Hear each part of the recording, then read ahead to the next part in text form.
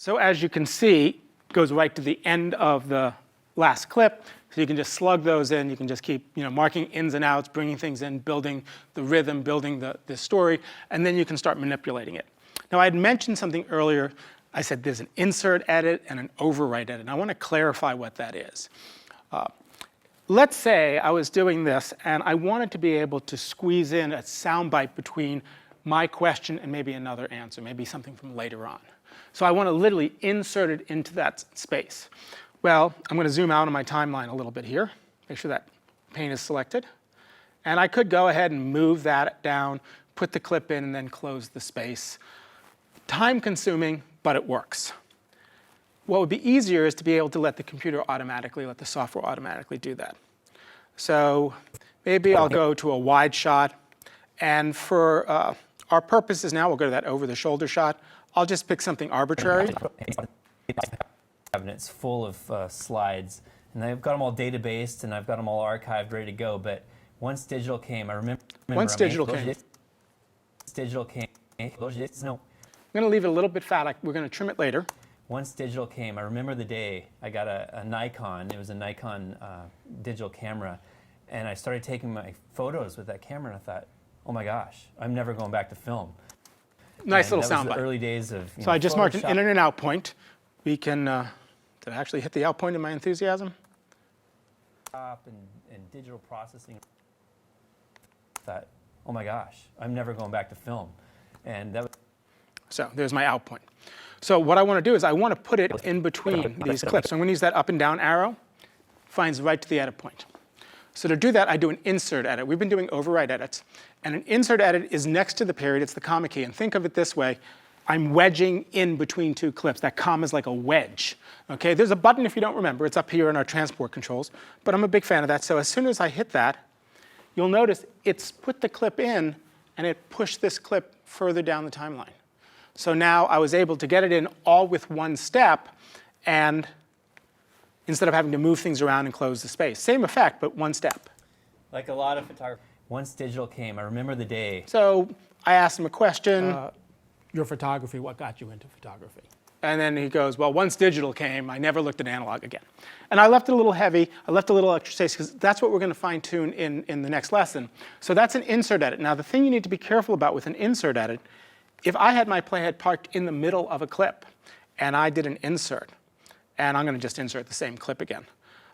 If I hit that comma key, or if I hit the button, it just cut my clip in half. That can be good or that can be bad.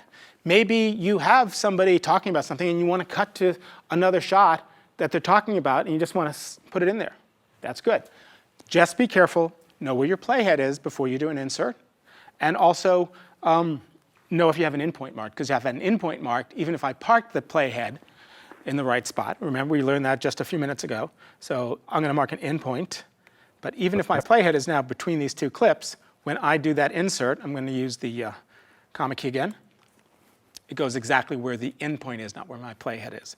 So that's an insert edit. Now, we've been doing overwrite edits, and it really doesn't matter because there's been nothing on the timeline. So an overwrite edit is exactly what it sounds like. It writes over what's on that track and replaces it. So let's say I didn't want any of this answer here. Okay? I'm going to go ahead and hit a couple of undos. So instead of inserting it, I don't want this anymore. I'm going to do an overwrite edit. That's the period key. It's the same thing as if I dragged it down onto the timeline on top of the clip and let go. It just obliterated everything underneath it for the duration of my in and out point. Okay, I'm going to hit undo. I could do the same thing again with the period key. So it doesn't move it down, it just replaces it. Now, remember, I said this is non-destructive. Okay? Our original media is okay. If for some reason I go, oh my gosh, I didn't mean to do that, you can always hit undo. Matter of fact, you can hit 20 undos. You have a history, it's okay. But let's say I don't notice that till later. I'm going to delete and remove this. I could just grab it and stretch it back out and bring it back, or find it again and put it in. But I do want you to realize that if you do an overwrite, it does replace what's on whatever the track that is targeted. And we're going to talk about track targeting on the next lesson if you want to say, put B-roll on the second track.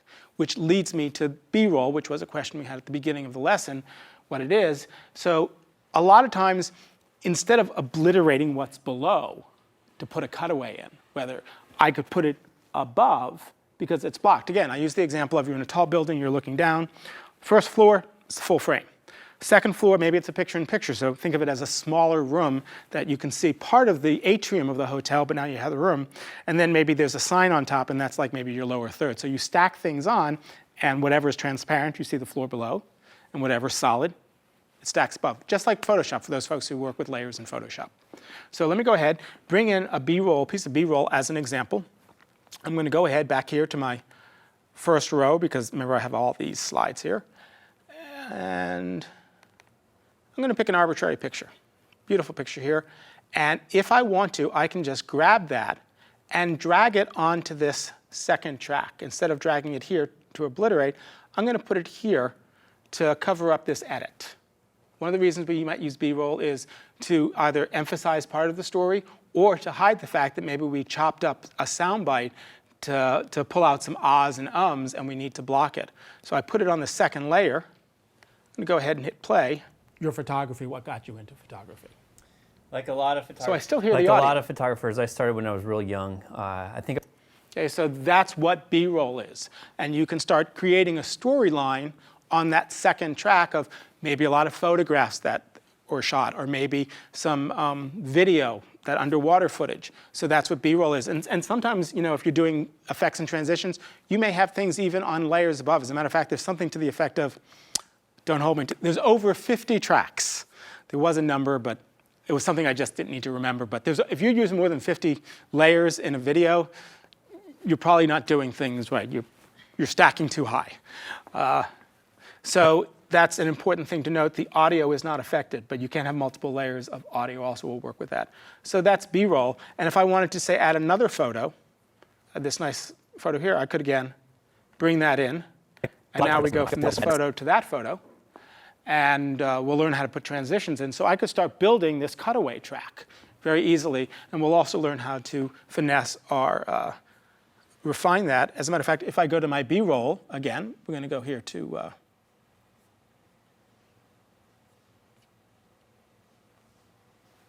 hard to see. This is when TextLit gets real small and you can't see what you're seeing. Here we go. We have our interview clips.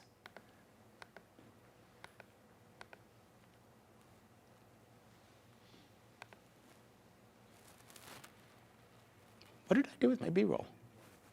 Did I not import this? Well, guess what? We'll jump back over here to our media browser. We'll step up.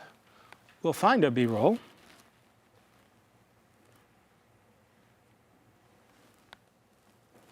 Lost it there too. Oh wait, that is my rough cut. There's my media browser. Go.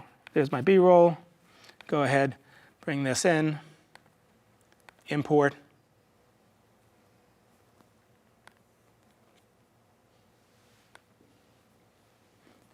Did I put it into my sound effects folder? Yes, I did. So I want to put this in. It's video. I'm going to pick a nice little clip again, JKL, the man array, mark an in point, mark an out point. I can drag it there. We have our video. An Argus C3, an old film camera. It's great. It was all. So of course he's not shooting with an Argus. They shoot maybe a Nikonos for those people who used to use underwater diving stuff. But as you see, you can put stills or video very easily. I dragged it. If I wanted to use the keyboard shortcut, I would need to tell it what track to go on. So I would click here and I say the video source should go to this destination. Okay? Target, destination. We'll be exploring that some more. Now if I go ahead and I hit a button, let me delete this. My playhead there. I do the overwrite. It goes onto the second track. So that's how you can control. If you're just doing a bunch of B-roll and you want to use keyboard shortcuts, just say, I'm targeting the second track. If I didn't do that, if I targeted the first track, goes to the first track. So that's the key. This is going to be where you're sending it to. The right side is once it's inside, and we'll look into that track controls later. So that's adding B-roll, very useful. Again, you can, as long as you have media, make things longer or shorter. We'll look at that.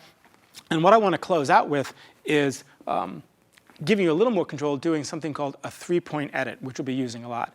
And this is a situation, we've actually been doing 3-point edits. You just didn't know it. Because we've been marking 1 and 2 points here, and the third point has either been the playhead or the in that we marked. So if you wanted to be very precise, and I'm going to go ahead and just select all these and delete them. And I'm going to say, you know what? I want this edit to start at that point and end at that point.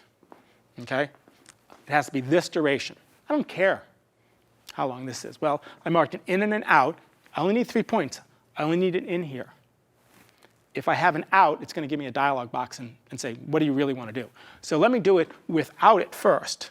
So we learned we can I and O, in and out, Option I. Option O removes the out point. What did I do wrong? I had the wrong window selected. Sure. I could look at it all day long, but unless I move my mouse there, it's not going to do the right thing. Option O. No out point. So now if I do an overwrite edit, the duration of this hole, which I can see right here, my in to my out point, will fit there. I'm going to hit that button. What did I do? Wrong track. I love undo, especially when teaching. Try that one more time. Hit the period button. Boom. So the duration was defined by here, and it just figured out the math. So that's a 3-point edit. So because there's a lot of times it's like, what's important is the duration of the timeline. I have to fill a certain soundbite versus the duration here, and I don't want to tweak it.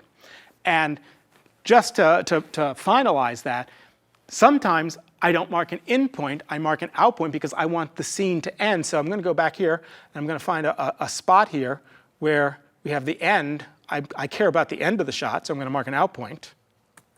Don't really care about the end point, so let me go Option I. And I want this to end when he's talking. So I'm going to hit an O point in my timeline. Don't want the I. Option I, make sure there's no end point. OK, there's no end point. Now, when I do that, period key, or this button, it back times it to where the endpoint is. And of course, what did I do? I marked an out point here. I forgot an out point there. Forgot to mark any endpoints.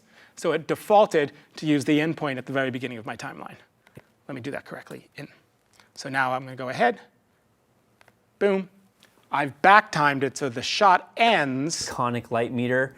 I remember walking around my, when we're on the my close-up little of the town bird. and had my light meter. So what I did is you can choose. You choose 3 of the 4, it figures out the math. If you choose all 4, and we'll end with this, if I choose 4 points, I'm going to hit undo. So I'm going to do an in point here, an in and out here. If I go ahead and do that, it's going to say, wait a second, are you sure? What do you really want to do? And it says, what point do I want to ignore? Ignore the in point in my source clip or the out point. Ignore the in point in my timeline or the out point. Or, and we'll look at this in a whole nother lesson, do I want to speed up or slow down the clip to fill that space? Okay, so you'll get this box if you ever hit 4 points. You haven't done anything wrong. It just causes you to do an extra step.